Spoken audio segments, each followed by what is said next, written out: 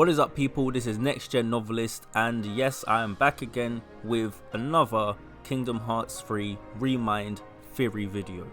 Now, I'm going to be honest with you, I ain't going to have any theories after this. This is the only other theory I really have that I want to put out there, but I thought it'd be an interesting one because it's regarding Yozora and his purpose, and why and how exactly he wants to save Sora.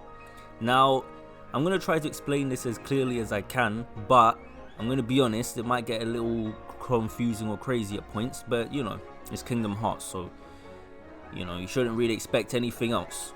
So I'm going to begin by talking about which Sora is Yozora referring to. Now, I mentioned in my previous video about the Nameless Star that the Sora that Yozora is referring to when he says he has to save Sora is not our Sora. It is not Kingdom Hearts Sora.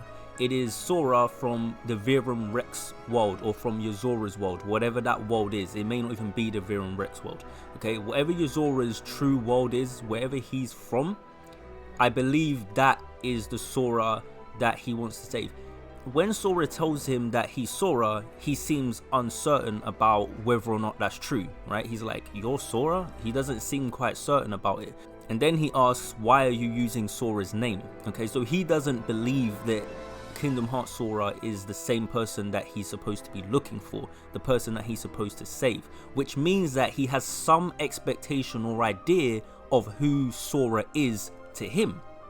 So that's very important for what I'm going to get into later on in this theory, because if he believes Sora is supposed to be a certain type of way, that's either because he was told by someone else what to expect, or he knows Sora himself and he is surprised that Sora no longer looks the way he expects.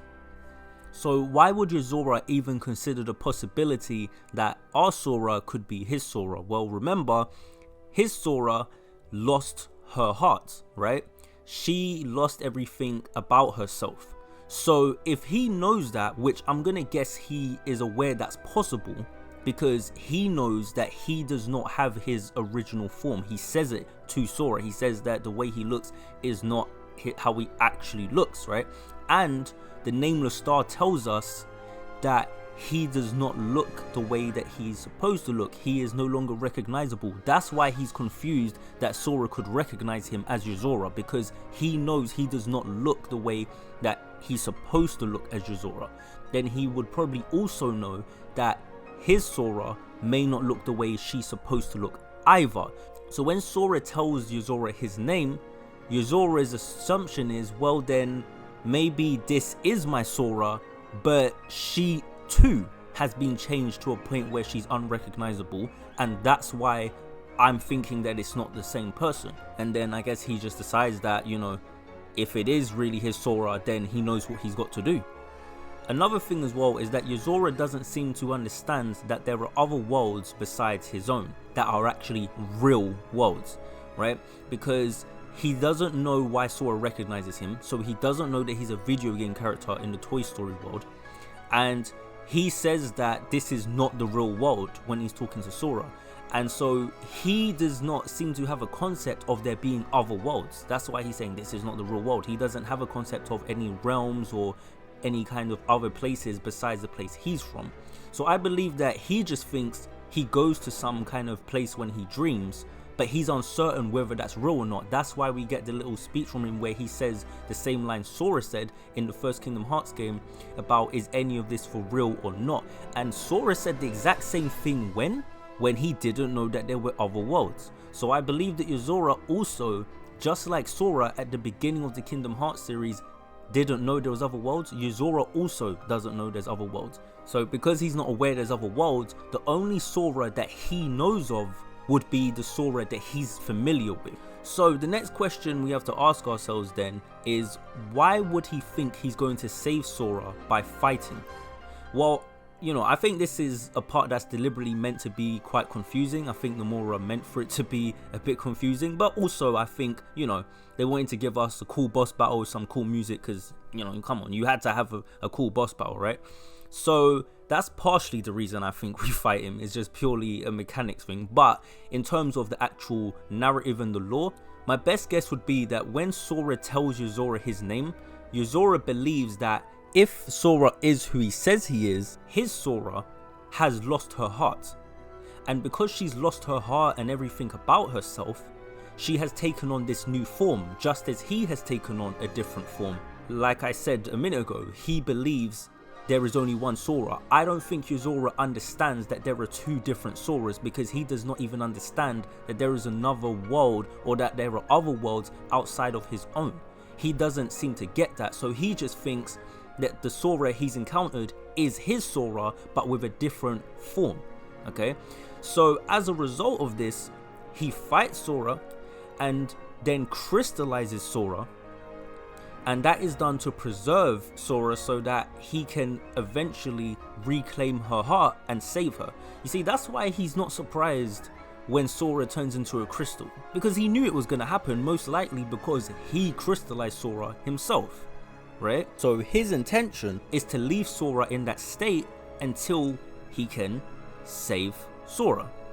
Another important thing to consider as well is that in the good ending, Yozora says that his powers are not needed yet. Okay, so I believe that this power he's referring to is the crystal form he put Sora into that we see in the bad ending.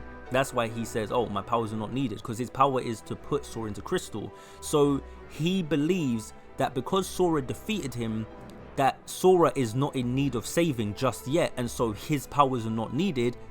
In other words, he doesn't need to put Sora into the crystal to save Sora, because Sora is clearly capable of saving themselves. So now this next bit is where it gets a bit tricky, because who was it that told Yozora to save Sora then? That's where it gets tricky. I think there's two main possibilities. Now, the first possibility is that I think Yozora told himself to do it. So what do I mean by this? Remember, Yozora, his heart has been replaced with another's, okay? So I believe that his original heart had some sort of lingering desire, some sort of final wish, if you will, to save Sora, right? And he is faintly remembering that, but he's thinking it's someone else's desire. I don't know if you're noticing, but there's a little bit of a pattern here where Yozora seems to not be fully aware and quite confused with the situation. That's how I'm interpreting his character, that he's not fully aware of what's going on. And so there's a lot of misunderstanding, I'm thinking, on his end, and he's not fully getting it, and he's got information, but he doesn't have all of the information, right? And the reason being is because his heart has been replaced with another. So he's making the mistake of thinking that someone else told him to save Sora, when actually it was his own old original heart that wants him to save Sora. And he's just faintly remembering it, but he's thinking it's someone else who told him to do it. Now, the other possibility is that the Master of Masters told him to do it, okay? And the Master of Masters may have done this knowing that Yozora has the ability to cross over into another world through his dreams, right?